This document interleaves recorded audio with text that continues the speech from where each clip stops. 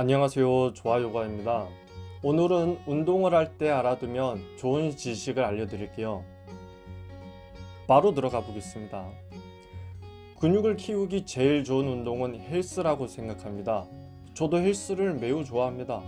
보통 헬스를 하실 때 근육이 커질수록 건강한 몸을 얻을 수 있다고 생각합니다. 다들 커지기 위해서 무게를 더욱 올리니까요. 그런데 근육이 너무 커서 몸에 안 좋다고 말하면 그건 왜일까요? 그 이유는 바로 관절 가동성이 좁아지기 때문입니다. 잠시만, 관절이 정확히 어딜 말하는 거였지? 관절은 무릎 팔꿈치처럼 접었다 펴지는 걸 경첩관절, 고개 허리처럼 회전되고 하는 걸 평면관절, 경관절, 이 고관절, 이렇게 회전이 되는 걸 구관절. 이렇게 세 가지 관절들의 특성이 있습니다. 더 쉽게 들어갈 거니까 걱정하지 마세요. 구관절과 경첩관절 두 개만 생각할게요. 그러면 쉽게 이해가 됩니다. 본론으로 돌아와서 관절의 정상 가동 범위가 있습니다. 경관절을 보시죠. 팔은 정상 가동 범위가 120도가 맥스입니다. 최대.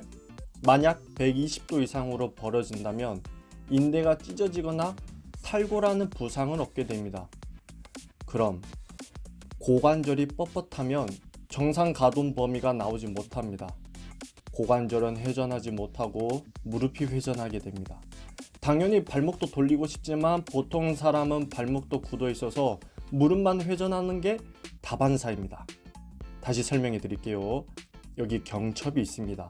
만약에 이 경첩을 회전시키려고 한다면 파손되겠죠. 경첩이 파손되지 않으려면 여기 구관절이 제 역할을 해주면 아무 문제 없습니다. 하지만 구관절이 빳빳하게 굳어 가동 범위가 나오지 못해 경첩이 무리하게 가동 범위를 늘리다 경첩이 다치는 거죠. 그래서 오랜만에 축구하시면 무릎 아프신 게 이 이유입니다. 그 미국 야구에서 유명한 일본 야구 선수 이치로 있죠. 이치로 선수는 개인 운동 시간에 헬스보다 스트레칭 시간을 더 투자한다고 합니다. 그래서 그 야구 선수는 부상 없이 시즌 아웃되지 않고 꾸준한 기량을 보여줬다고 합니다. 그래서 MVP상 엄청 많이 받았죠. 다시 정리하자면 관절이 제 역할을 못하면 다른 관절이 무리하게 됩니다. 개미와 배짱이처럼요. 어떤 관절이 굳어서 제 역할을 못하면 도미노 형상처럼 다른 관절이 무리하게 가동을 하다 마일리지가 쌓여서 결국 이때 부상을 얻게 되죠. 저희 형이 보디빌더 출신이라서 대회 나가는 모습을 옆에서 잘 지켜봤어요. 혼자서 옷을 못 벗습니다. 광배가 너무 커서 만세도 잘 못하죠. 행동을 보면 관절의 범위가 좁은 게 보입니다. 권투에서도 근육이 크면 움직임에 방해가 된다는 말도 하잖아요. 결론으로 가겠습니다. 근육은 적당히 크면 좋습니다. 너무 큰 근육은 관절의 가동성 범위를 정상 가동 범위보다 더 좁게 제한시킵니다. 그러면 도미노 형상처럼 다른 관절에 무리가 가게 됩니다. 그러면 모든 관절을 잘 풀어 놓아야겠네 라는 말에 다다르게 되죠. 헬스 운동을 하면 상체 하체 분할시키잖아요. 그러면 딱 그 관절 가동 범위밖에 못합니다. 관절은 복합적으로 이루어져 있어요. 이런 걸 직접적으로 영향을 주기 좋은 건 요가입니다.